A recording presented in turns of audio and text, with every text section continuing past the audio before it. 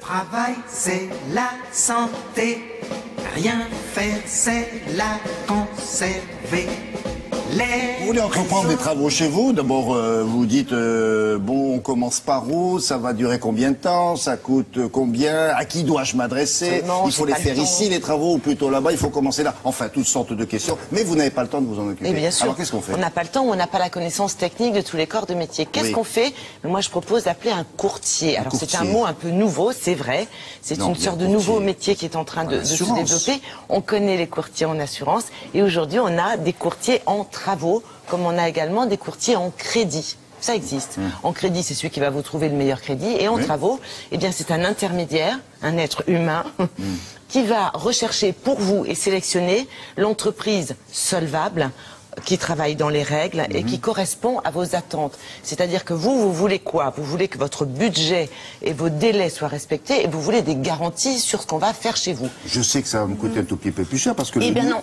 Quoi? Ben, le courtier, il faut bien le payer. Absolument. Sauf que comme ce monsieur garantit aux entreprises qui sont dans son portefeuille un certain volume de chiffre d'affaires par an, l'entreprise va réduire sa facture de façon à rémunérer le courtier. Parce que l'entreprise se dit, de toute façon, je vais travailler souvent grâce à ce courtier. Grâce à ce monsieur, exactement. Il garantit un... Et voilà.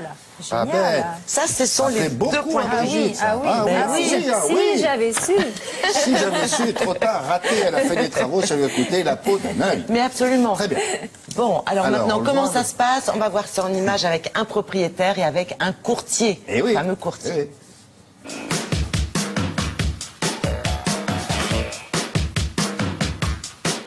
Un client peut nous contacter dans diverses situations.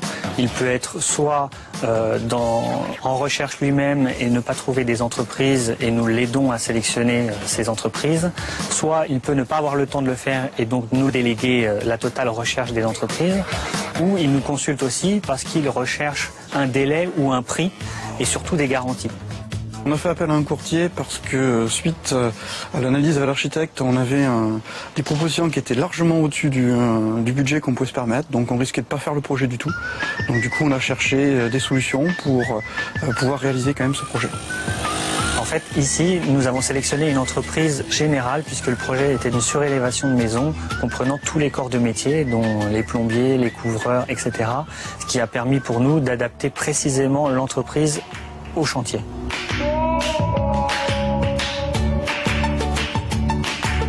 Nous arrêtons notre mission à partir du moment où ce client signe un devis avec une de nos entreprises.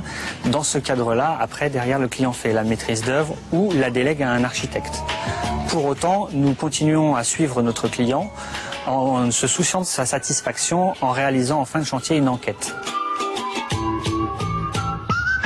Les devis initiaux étaient à plus de 20% au-dessus de notre budget et grâce au courtier, on a pu revenir à ce budget en se basant sur le cahier des charges de l'architecte. Et donc on peut réaliser nos travaux. Donc vous êtes content? Donc on est tout à fait satisfait. Tous les courtiers n'apportent pas tous les mêmes garanties. Il est important de se renseigner auprès de la Fédération française du courtage en travaux. Oui, il fallait une adresse. Les gens disent, bah oui, à la télé, vous parlez de métiers qui n'existent pas. Non, non, c'est la Fédération française du courtage en travaux, notamment pour vérifier que vous bénéficiez d'une assurance protection juridique en cas de litige avec les entreprises. Voilà. Eh ben oui. Ben, c'est tout. Ben oui. Bravo. Donc c'est ça. Merci beaucoup. Au revoir, mademoiselle.